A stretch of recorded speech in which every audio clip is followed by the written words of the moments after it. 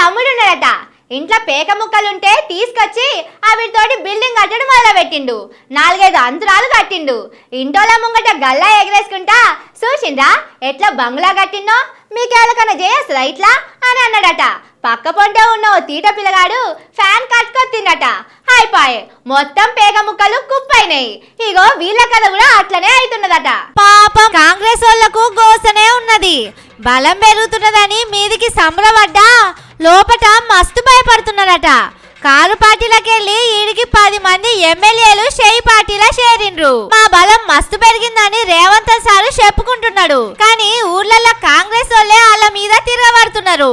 మొన్న గూడెం మహిపాల్ రెడ్డి సారు కాంగ్రెస్ కు పోయిండు కదా, అది అయినాక నిన్న ఊర్లోకి పోతే ఇగో ఇట్లున్నది కదా.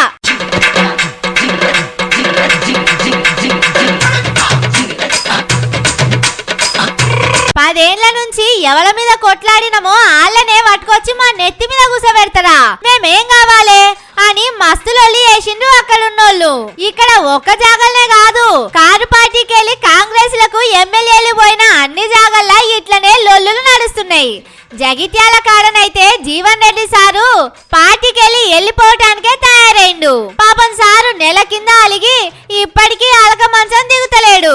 అటు స్టేషన్ ఘనపూర్ కాడ అదే అయ్యింది. కొత్తగొచ్చినోళ్ళు మా మీద పెదరికం చేస్తే ఊకునేది లేదని పాటోళ్ళు లొల్లి చేస్తున్నారు.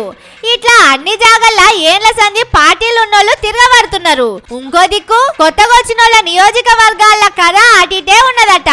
మళ్ళీ పారి ఓట్లయితే గెలుచుడు కష్టమేనని మధు యాష్కి సారే చెప్తున్నాడు. కానీ గమ్మతి ముచ్చటేందంటే మా పార్టీని నిలబెట్టడానికి అందరూ వస్తున్నారని రేవంత్ సార్ అంటున్నాడు. కానీ అందరు వచ్చినాకనే పార్టీ కూలిపోయేటట్టున్నదని అందులోనే అంటున్నారు.